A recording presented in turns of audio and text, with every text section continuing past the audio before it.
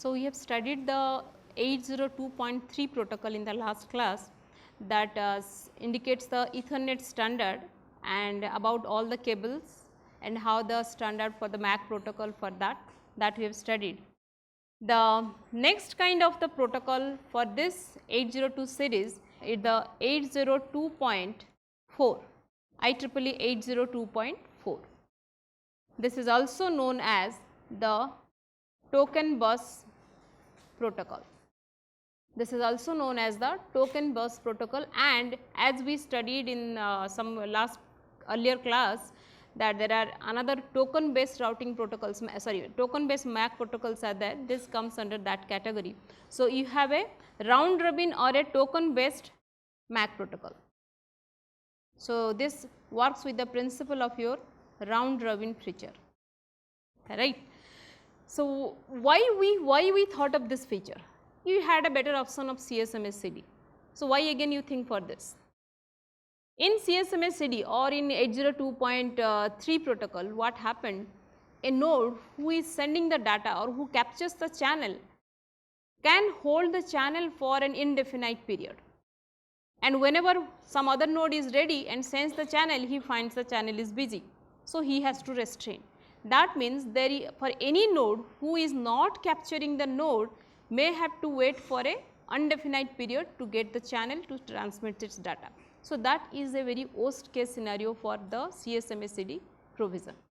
Now, if you can think of a fixed waiting time for a node, that if that could be a worst case scenario, then every node at least know that after this period I will get a chance, right. If you are having n number of nodes in a network and if you assign total delta t time period for a single node to transmit, whether you finish it or you do not finish, you can capture the channel for a delta t time period. So, any node in the network knows that I have to wait maximum this much of time period to get the channel. So, you have a defined time period for any node to get the channel and to transmit the data. That was one of the solution. To have this, people or the researchers thought of the round robin strategy to transmit. Second one is, in the previous case like in 802.3, what happened? There was no concept of priority handling.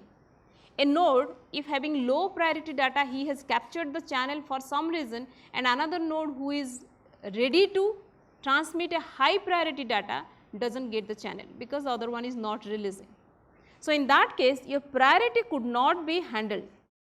So, the real time communication was not possible in case of your 802.3.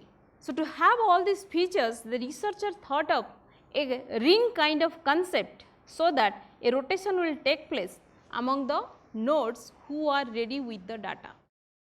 This ring could be a physical ring, but again the problem with the physical ring is if you connect all the nodes in a physical ring, the problem with that, the breaking of the ring at any point again will damage the or affect all of the nodes connected to it. So, what they thought of? They thought of a ring structure, but let the ring structure or architecture be a logical ring, not a physical ring. So, with this principle of logical ring and with the robustness of your CS/MS/CD, what is the robustness of CS/MS/CD? Having all the collision detection provision, having all the stopping the the transmission while the collision detected. So, with all these features, the new standard 802.4 or the token bus was started. The principle of this protocol is that the nodes are connected to a bus or the cable. Let us say node A is connected, and this node can get the channel for a maximum time period called the token holding time. Let us say the token holding time is your delta t.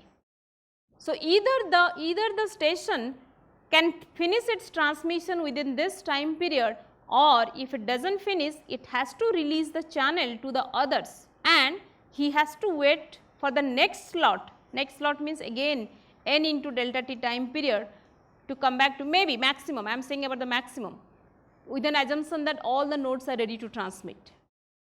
If not, it may get with a time period which is less than the n into delta t time period.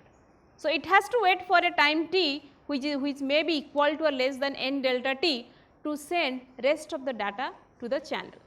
And this node A who holds the channel or captures the channel becomes the token holder.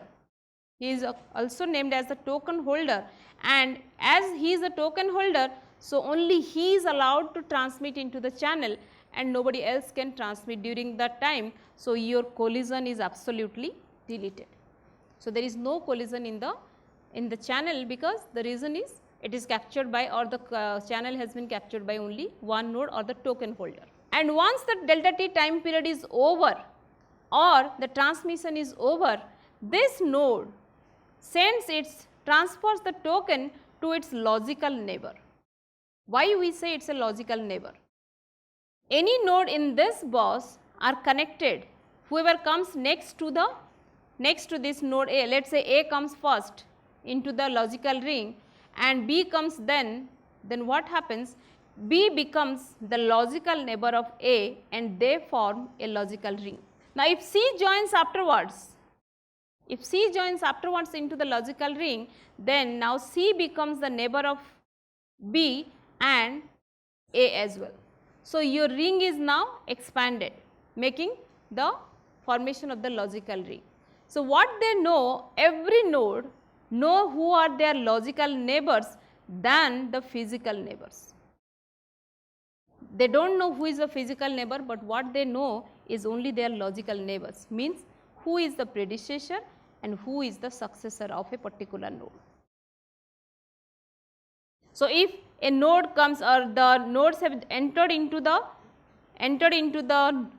cable like this, it may happen that this could be with another node here and this could be the ring. So, whoever is joining the ring, the logical ring, becomes the neighbor of the another node, and they set their predecessor and the successor accordingly to know how to transfer the token. The reason of knowing this is they must know to whom I should transfer my token next. So, if this starts with A and let's say a ring is something like this, let us say the ring is something like this, here is a node here, and if this is node 1, this is node 2 and this is node 3, then this could be the ring again. So, only thing is that this fellow knows who is my neighbor is 2 and 2 knows that my neighbor is 3, and if 3 knows that my neighbor is 1. So, every node has the information of who is its logical predecessor and who is its logical successor, and every node who finishes its transmission or the token holding time is expired for him, that time he sends the token to the logical neighbor or the successor for the transmission, and now the logical successor captures the token, he becomes the token holder and gets the opportunity to transmit the channel. He becomes the master of the channel. That is how the principle or the token logical ring works. Now, how the priority is handled? How the priority is handled? Let us say now it is defined that any node has to wait maximum n into delta t time period to get the channel. It may be less than that also, correct? Now, let us say a node gets the time channel for 5th second to 10th second, right. So, total token holding time is 5 seconds. During this 5 seconds of this is the token holding time, and during this token holding time the node can transmit the whole of its data. Let us say this node has got n number of frames, let us say node A, we are considering about node A, and this node has n number of frames, and these the n frames have got different priorities. The priority levels of all the frames are different. So, which frame it should transmit fast during its token holding time? That is again a question. Your capturing the cable is defined. Now, after capturing again which frame a node should transmit fast, that means how it resolves the priority among the different frames. To have this in the token bus or 802.4 standard, every node is assigned to have the different priority level queues starting from 0, 2, 4 and 6. So, 4 priority levels are decided, and this is all internal. Internally That means considering a station having 4 substations within it. So, when he gets the channel for 5 seconds, that 5 seconds again have to be divided with this 4 slots, being this being the highest priority and this being the lowest priority, correct. Now, this is a MAC layer, and from which layer your data is generated? From the upper layer, starting from your application layer all through the network layer and all, right, and your LLC who does the framing and all. We know the DLL does the framing. Now, once the frame is generated, when the frame is generated, the frame will be associated with a priority tag between 0 to 6, and whatever will be the priority tag for a particular frame, the frame is enqueued into that substation. That means, if this node has got total n number of frames, I can say if 5 frames are for priority 6, 3 for this, 2 for this, and there is no frame with priority 0, let us say. So, total we have got 10 number of frames with different priority tag. Now, when the node A captures the channel, or it holds the channel, now it first starts transmitting all the frames enqueued into this highest priority F1 to F5. He starts transmitting all the frames from the queue number 6, that means the highest prioritized frames. Once this is over, then it starts taking the frames from this F1 to F4 again, 3, let us say 3, and then it comes to the lowest priority F1 to F2, these 2 frames. That means the priority level 6 queue will be emptied first, and then the priority level 4, and then the priority level 2. So, your total 5 seconds is again divided into different subsections or handling for each of the substations of a particular station who is holding the token to transmit. So, your prioritized data gets the opportunity to be transmitted first than the other data. This is how the priority is resolved in the token bus. A defined time period of maximum n delta t, and within the token holding time again you have a special timer. A timer is designed in such a way that the high priority data are being transmitted. If not, let us say the time that has been allotted to the queue number 6 is not sufficient to transmit all the 5 frames. In that case, what will happen? In that case, whatever frame will be transmitted, the rest will be in queue for the second time, so that when the station gets the token again, the rest of the frames will be transmitted. And if all the 10 frames are transmitted, all the 5 frames are transmitted less than the time allocated to it, in that case the rest of the time will be allocated to the next substation. That means the next lower level of prioritized substation, so that none of your transmission time is wasted. The rest of the data or rest of the time will be allocated to the other substations having low priority data. If that is not sufficient, they have to wait till they get the next chance, or the station gets the next chance of holding the token. That is how your priority is resolved in the token bus or the 802.4 standard, right. Now, how the before that we will go for the frame format of this. Let us go for the frame format. Once the frame format we will do, we can start with the how this is maintained and all. 802.4 frame format. So, this has a frame format like this. We have studied the frame format for 80.2.3, and now for this is again a preamble. What we studied, the preamble for 802.3 was 7 bytes, which is a complete overhead, you can say. So, instead of that, for syncing the sender and the receiver, we can have a 1 byte maximum of preamble. What the 802.4 says, it spares only 1 byte for the preambling signal, and then you have the another 1 byte for your start delimiter. As we studied in the 802.3, 1 byte for your start delimiter to define the frame boundary. Then there is one more byte here, a very important byte called the frame control. We will study about more of this frame control. 1 byte is used for frame control. then again you have the two different fields as in case of 802.3, that is your destination address, this is 2 or 6, or again this source address 2 or 6 you can have, and then you have a data field.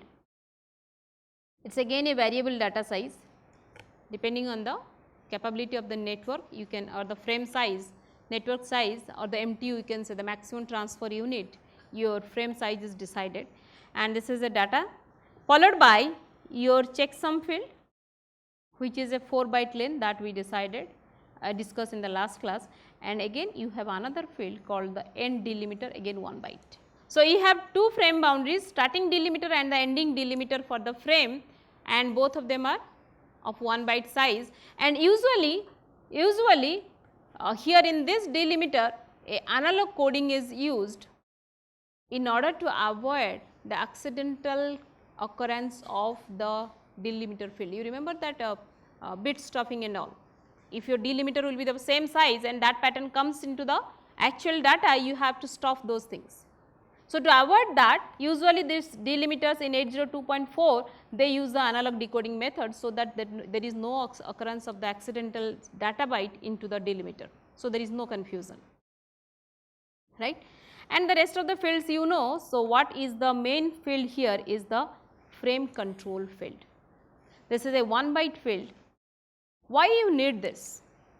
Why you need a frame control field? When a frame is generated, till now what we have studied, either the frame contains some data or the frame contains some control information. So, what we say, a frame could be a data frame or it could be a control frame. Data frame contains the actual data. Along with the actual data, what this frame contain? The priority level of the data. So that when the data field is generated or the frame is generated, it will enqueue into the particular priority level or that substation to be transmitted. And along with that, it also contains an acknowledgement indicator. Why this is required? Let us say you have a channel like this, what we are studying. When you are saying this, channel means what? It is a broadcast channel, right? It is a broadcast channel. And what this broadcast channel says, if one node sends any frame, this frame will be heard by all the nodes connected to it. This is a broadcast medium, you cannot have the other option. So, because this is a broadcast medium, when this sender sends a frame for this destination, no doubt the destination will receive or process the frame, but the same frame will also heard by this node and this node, because they are connected to a broadcast channel. But who will receive the frame and process is this destination. That is the reason why you put a destination address here, saying that though you all are getting it, but this is only meant for one node who is having this address. Now, this fellow has received the frame, fine. How the source ensures that my destination has received the frame? It needs to send back an acknowledgement. Then only the sender understands that my destination has received the frame. But again, the principle of this protocol says that one can send any information if who is holding the token. Now, who is holding the token is the sender, because he is sending the frames now. So, how this fellow can send an acknowledgement to the sender? So, there is a specific acknowledgement indicator field. When this fellow receives the frame, it changes this indicator field to, it may set the indicator field from 0 to 1, that is all. So, when this frame is again heard back by the sender due to this broadcast media and the feedback mechanism and all, it understands that this indicator has been set to 1, meaning my destination has received the frame.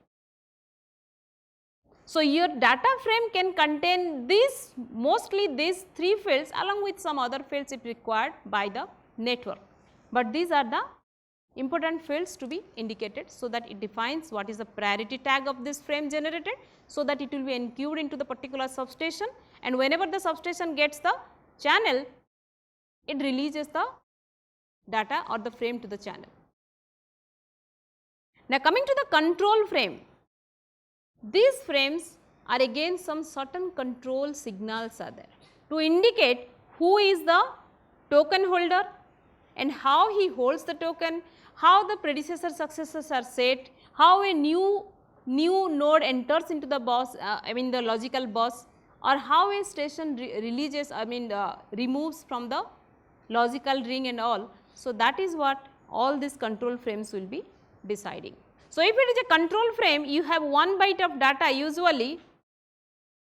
This says every data will have certain signals till all these fields, and it says that this is something called a claim token. This is some set successor something, all those control mechanisms will study later on. So, every bit or every bit pattern of this control frame indicates a kind of control signal, and that has to be mentioned in this control field to indicate what kind of control message is being sent along with the frame to the destination, right. That is what is your 802.4 frame control. Now, we will see how a node joins the ring, the logical ring, or how it is removed or exit the logical ring. Entering into the logical ring is same as initialization of the ring. Let us say there is a channel when none of the nodes are connected to it. None of the nodes are now ready to join into the channel. So, now one station gets ready, station number 1. When he is ready, he first checks whether the station, the channel is idle or not. He finds that the channel is idle for certain period. That means there is no transmission going on in the channel, or none of the nodes connected to this, none of the nodes are connected to the channel now, or they are not ready with their frames to be transmitted. So, now what he does, he sends a special control message called the claim token, and when he sends a claim token, it waits for a certain time period to see if anybody else is ready and he is also trying to hold the channel. Let us say 2 nodes 1 and 2 both did the same thing and both of them send the claim token message. It may happen. Case 1 is none are ready, only node 1 is ready. So, he sends the claim token and none other is ready. So, there is no collision. The other option, more than one node ready and they all are sending the claim token. What will happen? All these claim tokens will be collided and there will be no outcome for this. So, in that case what will happen? They enter into a kind of bidding. We have seen all this. What is that? Binary countdown protocol. Let us say they enter into a binary countdown protocol, and by resolving the contention, definitely one will win, and who will win? Usually the node having the highest address, right. Now, let us assume that when multiple nodes are also ready, one becomes the master of the channel because he has the highest node address. So, the claim token is now successfully executed by node number 1. So, now node 1 becomes the master of the channel. So, what he does? He creates a token, he generates a token. A special control frame is generated called a token, may be a small in size, but that is a token generated by the first token holder or the first winner of the bidding, right. So, with this initialization, now node number 1 is the token holder, he is the token holder, and he is also the successor of himself and predecessor of himself. He knows that I am successor, I am also the predecessor. That means none of the other nodes have been connected to the logical ring. So, because he is the token holder, he starts transmitting the data. Transmission continues for node number 1. Now, one thing is, as soon as node number 1 becomes the token holder, when it joined the channel, there was a timer set to see how long the node is waiting to become the token holder or to seize the token. Let us say he joined at the 3rd second and he got the token at 10th second. So, the timer was set for 7 seconds. After 7 seconds, he got the token. Now, as soon as he gets the token, the timer is reset, and before resetting, this time is calculated. That means after 7 seconds node number 1 receives the token and he becomes the master of the channel. He records these 7 seconds to understand the load or the traffic in the channel, right. Now, it starts transmitting the data into the channel, and within certain interval of time during its transmission with a fixed interval, what it does, it invites the other nodes to join the channel if anyone is ready to transmit by sending a special control message called solicit successor 1. So, when this message is transmitted by the token holder, 3 cases can occur. Case 1 is none of the nodes are ready, none of the other nodes are ready to transmit or to join the ring. If that is the case, it waits for certain time period and then the response window will be closed. Response window closes and the node 1 again resumes its own transmission, right. So, it understands that none of the nodes are ready and it does so, it continues with its own transmission. The case 2 is that only one node is ready. So, when this node is ready, what it does, this node sends a message to the token holder saying set successor. That means I am ready, you set me as your successor, right. So, there is a control message in the set successor, and once that bit will be set by a node who is joining the node, he sets the control bit and this signal now comes to the token holder, existing token holder. So, now node 2 is now ready or it joins the channel. So, he becomes the successor of this node and as well as this becomes the predecessor of this node. So, the successor and the predecessors are now set. This fellow now sets this is my successor, this is also my predecessor. So, successor is 2 and predecessor is also 2. That means 2 nodes are now connected. The case 3 will be, what will be the case 3? Multiple nodes are ready. So, when multiple nodes are ready, all these nodes will send the set successor and they will be garbled and some wrong indication or some unexpected indication comes to this token holder saying that there is a garbage or there is a collision in the set successor message. He understands that people or the other nodes, they have sent the set successor, but somehow it has been collided and it is understood that multiple nodes are now ready to join the channel. So, what this fellow sends, the next signal or the control message he sends is resolve contention. When he sends the resolve contention, all the multiple nodes, they enter into the bidding, and after all this collision free protocols, binary countdown, everything, one node wins and he joins. Let us say again node number 3 joins. Now, as node number 3 joins into the channel, so what happens? These 3 will be now the new successor of node number 1. So, when it sends the solicit successor 1 message, this contains the sender address or the token holder address as well as who is the neighbor of this or the successor of the token holder. These two addresses are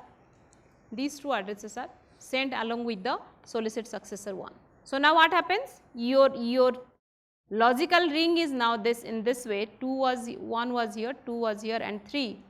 So, now this becomes the new neighbor of 1, then this becomes the successor of 2 and again this one. So, 3 now sets the successor of 1 as its own successor and predecessor as its the sender, the token holder, and this fellow's predecessor remains as it is. This is how is the new ring now established.